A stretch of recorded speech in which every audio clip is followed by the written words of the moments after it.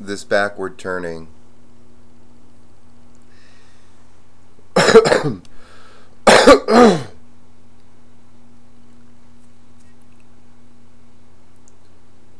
and my relationship to it, my relationship to recounting the chaos that I have experienced in the past, and these last years that I've tried to find an order to it, a reason, a meaning, a purpose, have detached me. The shock in the moment was enough of a detachment. However, something arose within me that said, I shall find what this is about.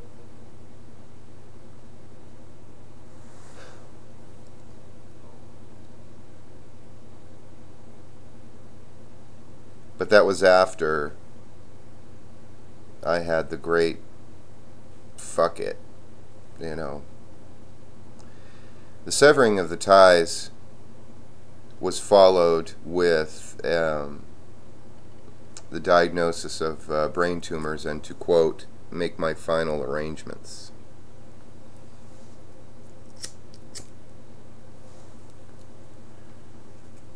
So at that point, having all avenues blocked to me, relationships and long-term ties and bonds severed, it was a bloody business.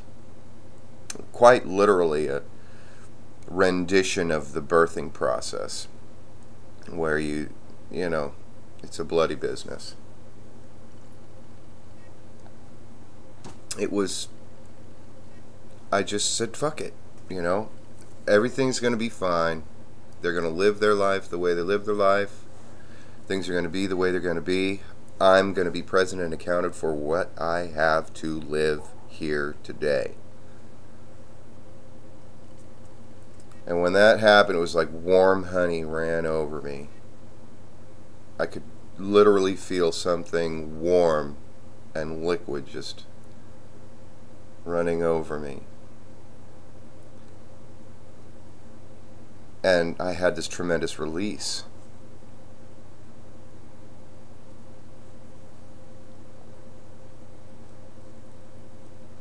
And then came the state of mind to be patient,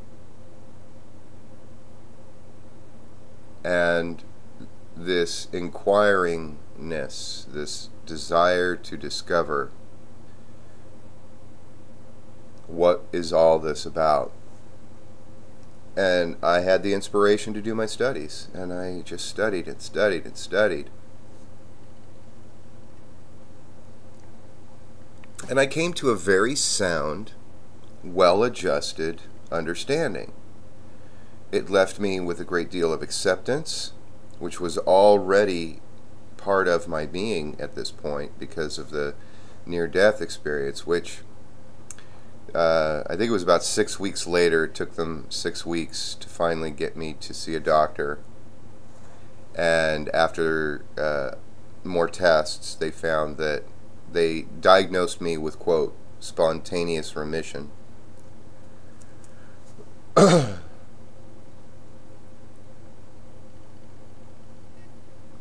And to this day, I can't help but think that it's related to my attitude change and the shift in consciousness, the shift in awareness and relatedness and my whole place in the world. And I came to a new respect for the near-death experience and the initiation into adulthood, because I had been reading about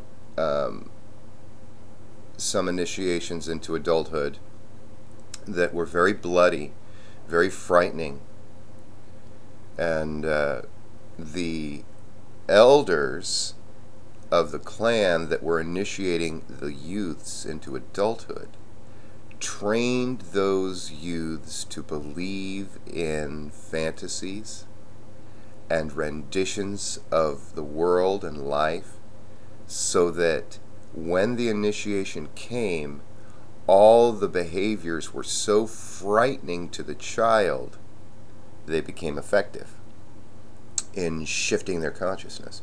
So basically, they imprinted into the child what was wrong and bad. And the child said, oh, okay, this is wrong and this is bad. And then the elders enacted those very specific wrong and bad behaviors under the mask of secretness. They wore masks usually.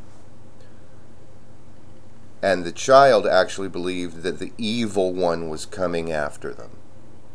And the bad and the wrong was occurring to them. And that made the initiation effective. But the elders were the ones that invented the whole thing and imprinted it into the youth so that the initiation and the shock would shift their consciousness and be effective in shifting their consciousness. As well as, if it didn't work on them, they were severely brutal, and they often kicked the child out. The person that did not conform, did not have an effective initiation into adulthood, was exiled. And at that point, in these primitive societies, being kicked out of the clan meant certain death. You couldn't live on your own out there. And besides, it was totally against everything they had been imprinted. And so it would not be strange for them to just be exiled and die, because they have no coping mechanism whatsoever to deal with the world on their own. They were raised from a child to be completely interdependent as long as all the relationships were enacted properly. And when that tie was severed, death.